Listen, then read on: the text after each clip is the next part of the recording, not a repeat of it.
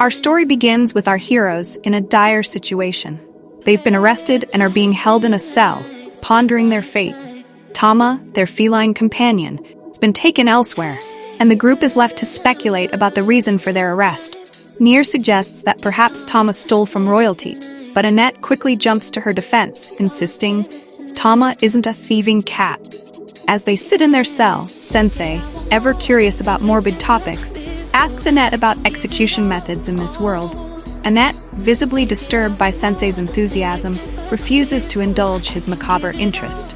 The group then turns their attention to the possibility of escape. Suddenly, Sensei surprises everyone by freeing himself from his shackles with unexpected skill.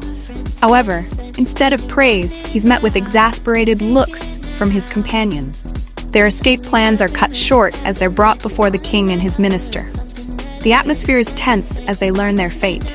Execution. Reason? They stand accused of kidnapping Princess Matilda. Just as confusion sets in, a shocking revelation unfolds. Tama is actually Princess Matilda. Matilda bursts into the room, attempting to clear up the misunderstanding. She explains that she wasn't kidnapped at all, but had been traveling to improve her martial skills. The king, however, remains unmoved by her explanation. He proposes a deal. He'll release the group if Matilda swears to never do anything foolish again, and to act in a manner befitting royalty. Reluctantly, Matilda agrees, bidding farewell to her companions and their shared journey. Once freed, our heroes find themselves in a tavern, enjoying a meal and discussing the recent turn of events. They're still processing the fact that Tama is actually a princess, feeling a mix of surprise and embarrassment about how they've been treating her. Their curiosity gets the better of them, and they begin to inquire about Matilda's past. A young woman named Fawn, who used to serve as Matilda's lady-in-waiting, overhears their conversation and offers to share what she knows. She reveals that Matilda had a twin brother named Leon, who was set to inherit the throne of Grun. The twins were beloved by the people, seen as the future of the nation. However, tragedy struck 10 years ago when Leon and their mother, Queen La Palma, died in a cave-in during a storm.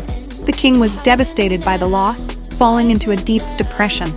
In response, Matilda decided to step up and take Leon's place, hoping to ease her father's pain.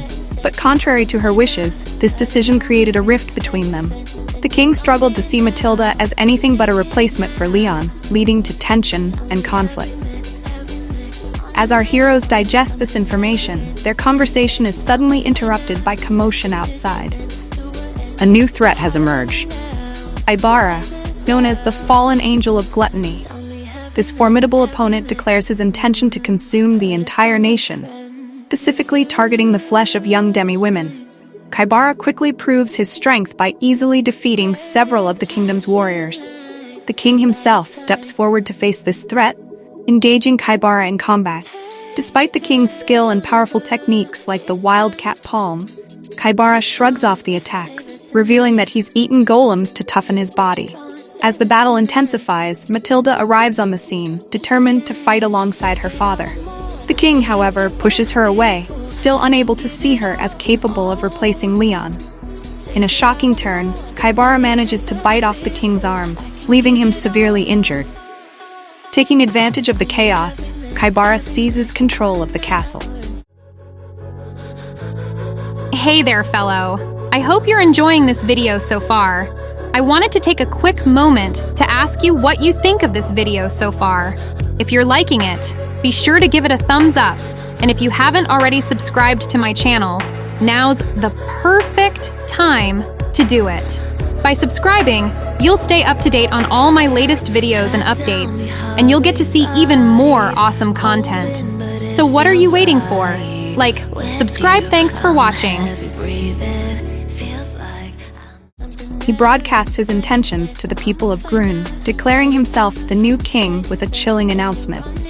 He promises to taste the flesh of all the demi-varieties in the land, particularly women and children. To prevent escape, he reveals that he's stationed monsters from the Dark Lord's army throughout the town. In the midst of this turmoil, our heroes, along with Minister Briard, manage to escape with an unconscious Matilda. They seek refuge at Fawn's house, where Matilda eventually regains consciousness. Upon learning of the dire situation, she's immediately ready to rush back and confront Kaibara, feeling a deep responsibility to protect the nation in her brother's stead. Her companions, however, have different ideas. They remind Matilda of her importance as the princess and the hope she represents for the people of Grun. Despite her protests, they insist on handling the situation themselves. Sensei hints at a secret method for defeating otherworlders, piquing everyone's curiosity. With a plan in mind, our group sets out towards the castle. As they approach, they encounter 2 ogre gatekeepers guarding the entrance. The ogres, following Kaibara's orders, threaten to kill anyone who comes near.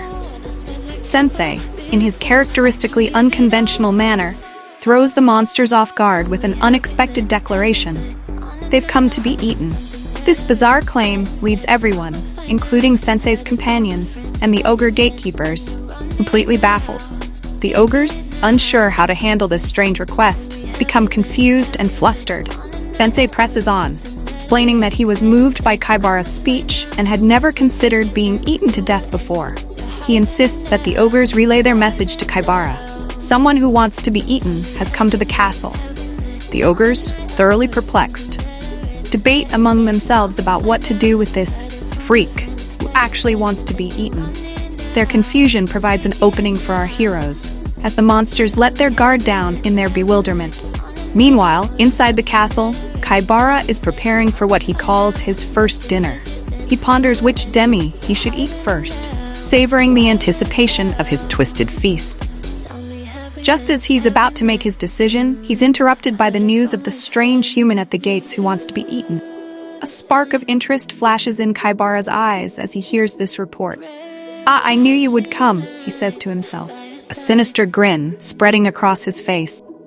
"Fool, the one I wanted to eat most, the demi-princess." As the episode draws to a close, tension hangs in the air. Our heroes stand at the gates of the castle, their unconventional plan set in motion. Inside, Kaibara waits with malevolent anticipation. The stage is set for a confrontation that will determine the fate of Grun and its people. The kingdom hangs in the balance, with Matilda torn between her duty as a princess and her desire to fight alongside her friends. As night falls over the besieged capital, citizens of Grun wait in fear, unaware of the small group of heroes preparing to challenge the monstrous usurper who now sits on their throne. The fate of the kingdom now rests in the hands of our unlikely heroes, as they prepare to face their greatest challenge yet.